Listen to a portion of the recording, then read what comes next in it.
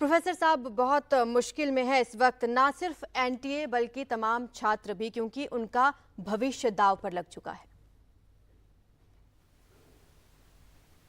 जी।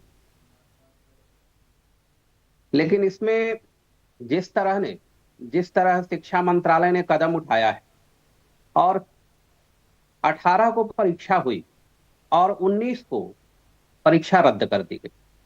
हालांकि छात्रों को परेशानी होगी और उन्हें दोबारा परीक्षा देनी होगी, लेकिन शिक्षा मंत्रालय ने जो तीव्र गति से यह कदम उठाया है, इसका तो स्वागत किया जाना चाहिए। यूजीसी नेट में इस बार एक परिवर्तन किया गया कि विश्वविद्यालय अपने स्तर की शोध की परीक्षा नहीं लेंगे, शोध की परीक्षा भी एनटीए ले।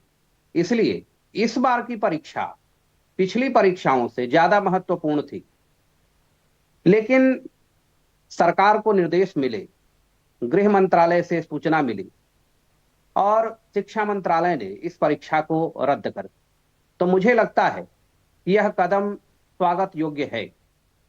ये कदम तो स्वागत योग्य है प्रोफेसर साहब, लेकिन पहले जो परीक्षाएं होती थी जैसे वो ऑनलाइन होती थी, लेकिन इस बार पेपर और पेन से परीक्षाएं हुई हैं। ये चेंज करने की क्या जरूरत पड़ी? आप इसे किस तरह से देखते हैं?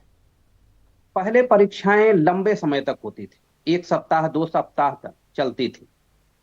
तो उतने बड़े संसाधन हमारे देश में, जैसे कंप्यूटर बेस्ड जो प्रणाली थी, उसमें उतने संसाधन उपलब्ध नहीं थे। इसलिए पेपर और पेन का उपयोग किया गया ताकि 2 सत्रों में जो परीक्षा हो, एक ही दिन सभी विषयों की परीक्षा हो जाए। 9 लाख विद्यार्थियों की परीक्षा एक दिन करना संभव नहीं था। तो इसके लिए पेपर पेन का उपयोग किया गया और कंप्यूटर बेस्ड प्रणाली को हटाया गया। तो यह लेकिन भी एक अच्छा कदम था, हम्म, लेकिन इसमें गड़बड़ियों की शिकायत मिली और इसके कारण रद्द किया गया। इसलिए मैं तो इसको स्वागत योग्य कदम मानता हूं। हालांकि विद्यार्थियों को परेशानी होगी दोबारा परीक्षा होने में, और अभी जो नीट का मामला है उससे भी विश्वसनीयता पर सवाल उठे हैं एनटीए के। अब लेकिन छोटी छोटी जो आवाजें हैं एनटीए जी, के संबंध में, वो पहले से उठती रही। मैं साक्षात्कार लेता हूं पीएचडी में नामांकन के लिए, तो कई बार मेरे पास ऐसे विद्यार्थी शोधार्थी आते हैं, अभ्यर्थी आते हैं जिन्होंने जेआरएफ किया होता है, नेट किया होता है, लेकिन उनकी गुणवत्ता वैसी नहीं होती है। हम्म, इसलिए दबी हुई आवाजें ऐसी थी। ऐसा नहीं है कि एनटीए पर सवाल पहली बार उठे हैं। छोटी छोटी आवाजें, दबी आवाजें नेट जेआरएफ के संबंध में उठती रही हैं। और इस वर्ष पे कुछ ऐसा बड़ा हो गया जिसके कारण सरकार को रद्द करना पड़ा। नीट के संबंध में भी विश्वसनीयता पर सवाल उठे। तो इस बार ज्यादा हो गया, लेकिन ऐसा नहीं है कि आवाजें उठ नहीं रही। लेकिन जब छात्र से एनटीए, हताश हैं प्रोफेसर साहब। छात्रों से हमारी जब बातचीत भी हुई है परीक्षा रद्द होने के बाद, तो उनकी आवाज़ में ही वो हताशा नज़र आती है। उनके लिए आप क्या संदेश देना चाहेंगे? देखिए वे हताश हैं।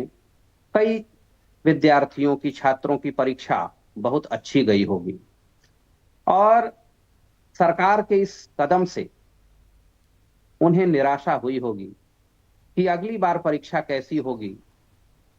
तो ऐसे छात्रों को मैं विश्वास दिलाना चाहूंगा, उनके लिए कहना चाहूंगा कि यह परीक्षा वर्ष में 2 बार होती है और जहां तक उम्र की बाध्यता भी होती है जेआरएफ के संबंध में, तो ये पुरानी परीक्षा से ही, पुराने मतलब आवेदन से ही अगली परीक्षा ली जाएगी।